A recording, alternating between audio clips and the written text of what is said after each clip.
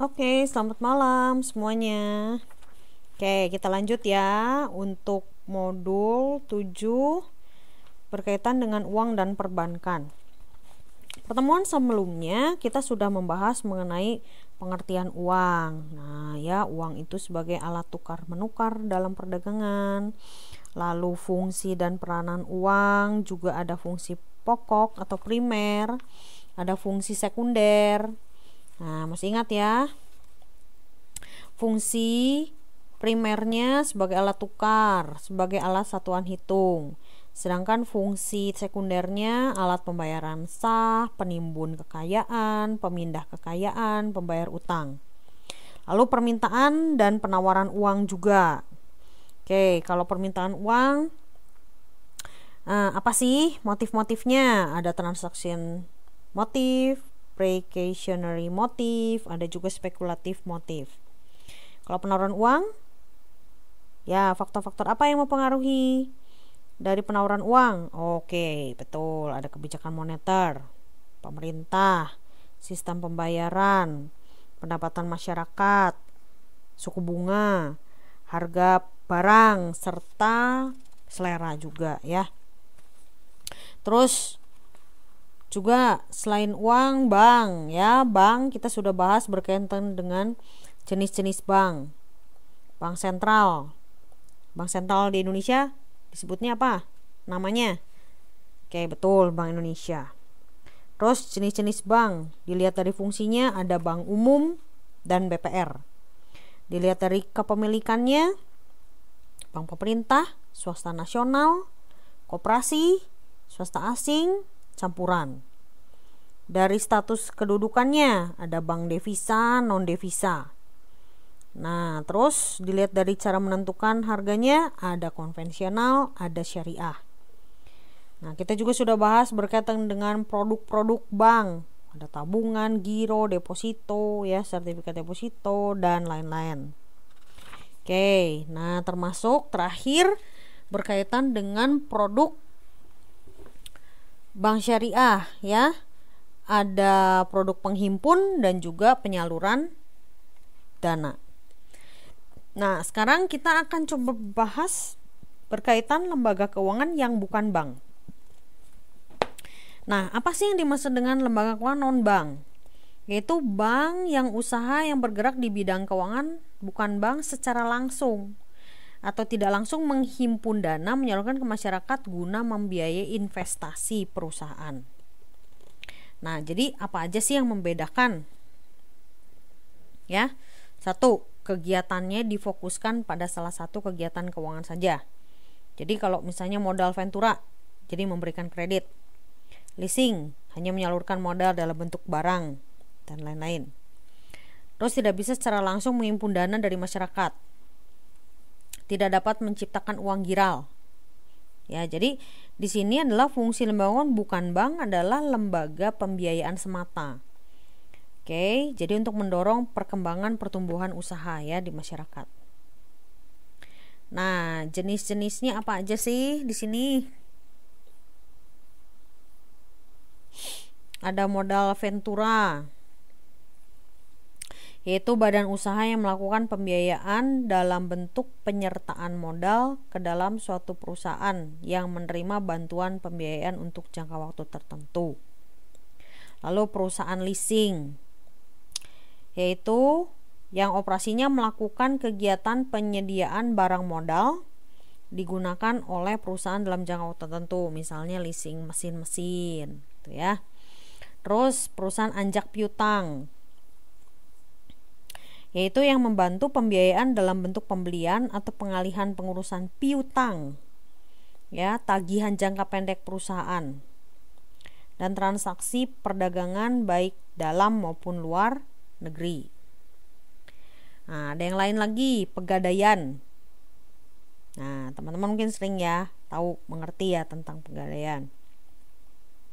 Nah, di sini adalah calon peminjam mempunyai kewajiban menyerahkan barang yang bergerak miliknya sebagai anggunan atau jaminan ya di perusahaan pegadaian. Nah, bagaimana dengan asuransi? Nah, kalau asuransi di sini adalah menghimpun dana masyarakat melalui premi asuransi. Nah, tujuannya apa? Untuk memberikan perlindungan pada anggota masyarakat.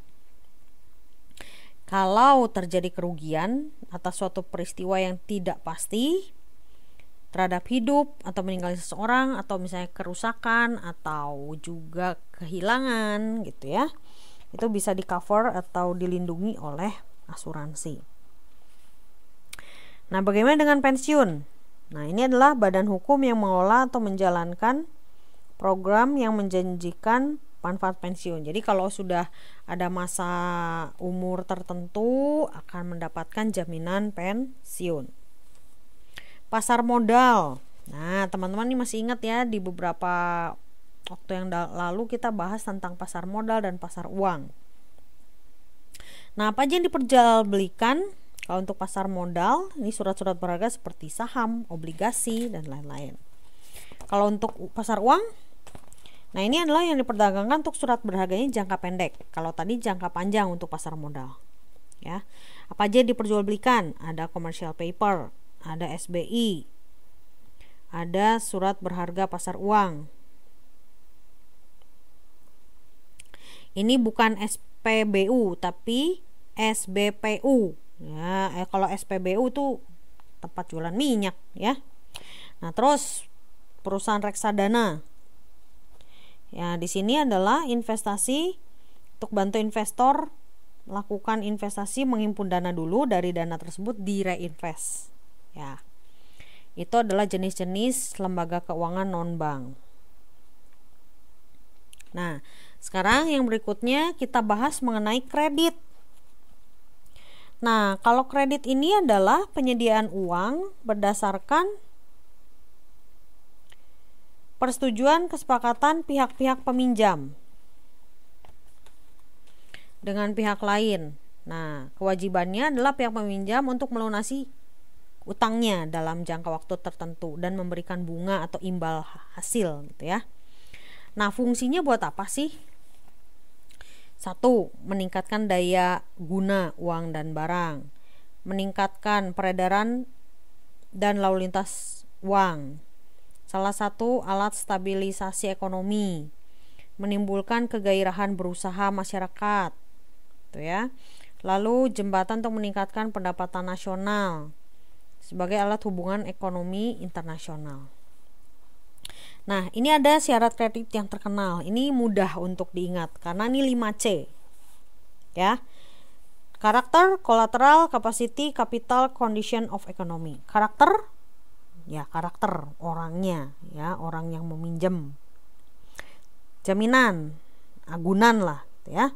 Kapasitas debitur ini sanggup gak membayar kembali.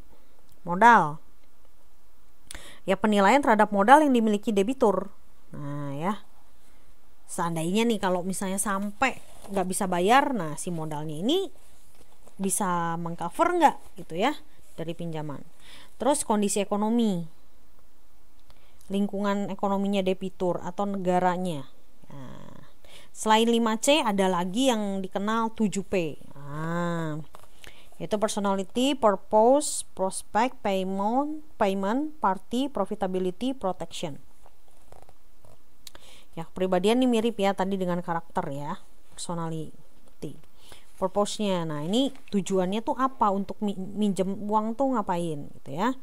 Masa depannya nih, harapan prospek usahanya, jadi kalau minjem dana untuk usaha, prospeknya bagaimana. Payment, nah cara pembayarannya, kemampuan dari debitur untuk bayar. Golongannya seperti modal atau loyalitasnya gitu ya. Karakternya juga. Nah, terus laba, kemampuan calon debitur menghasilkan laba. Dan yang terakhir adalah perlindungan. Berupa apa? Jaminan, asuransi atau orangnya juga yang menjamin. Oke.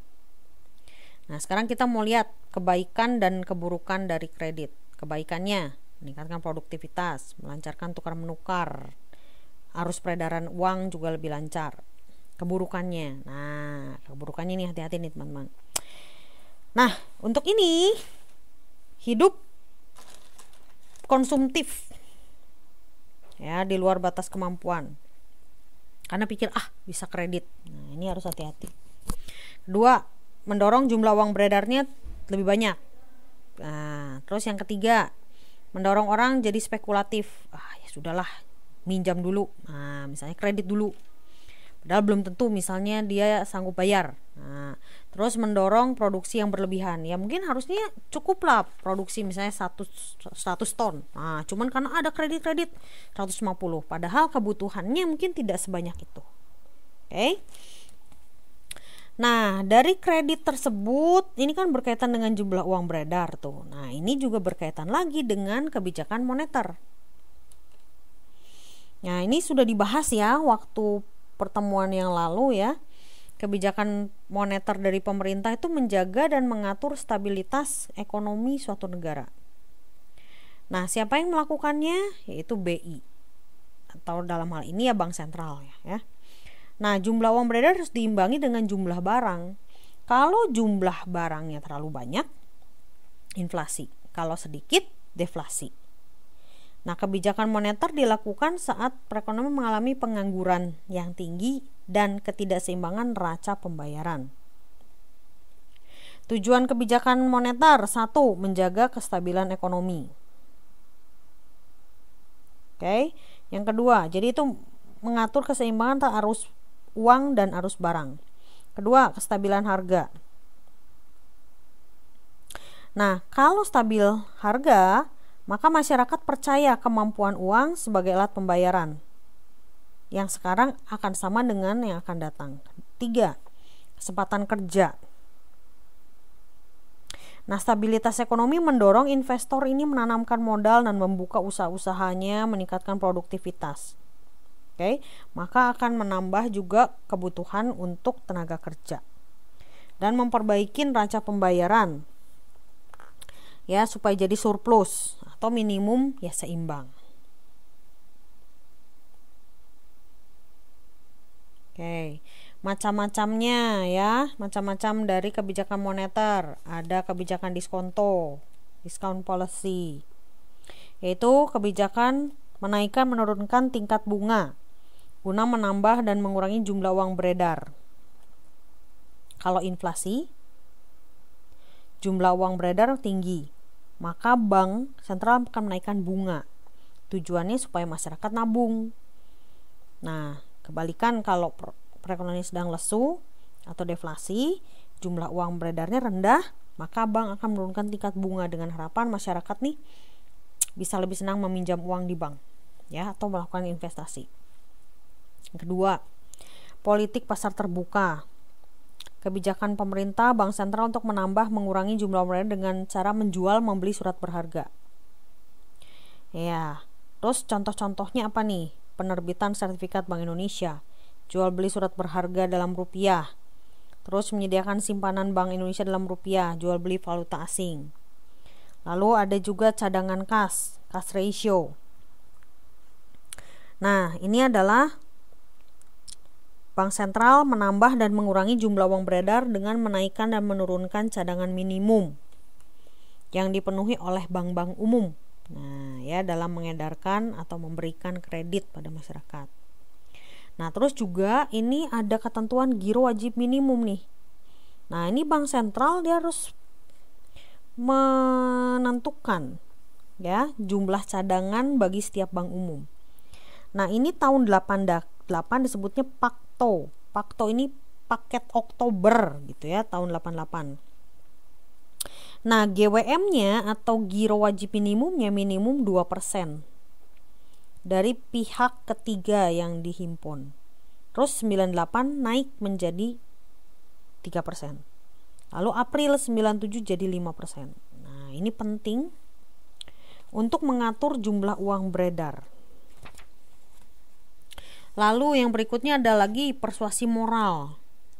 Itu kebijakan yang dilakukan oleh Bank Indonesia dengan meminta atau menghimbau bank selalu mempertimbangkan kondisi makroekonomi atau mikro untuk menyusun ekspansi kredit yang realistis atau yang bisa tercapai, yang realistis ya, sesuai dengan realita.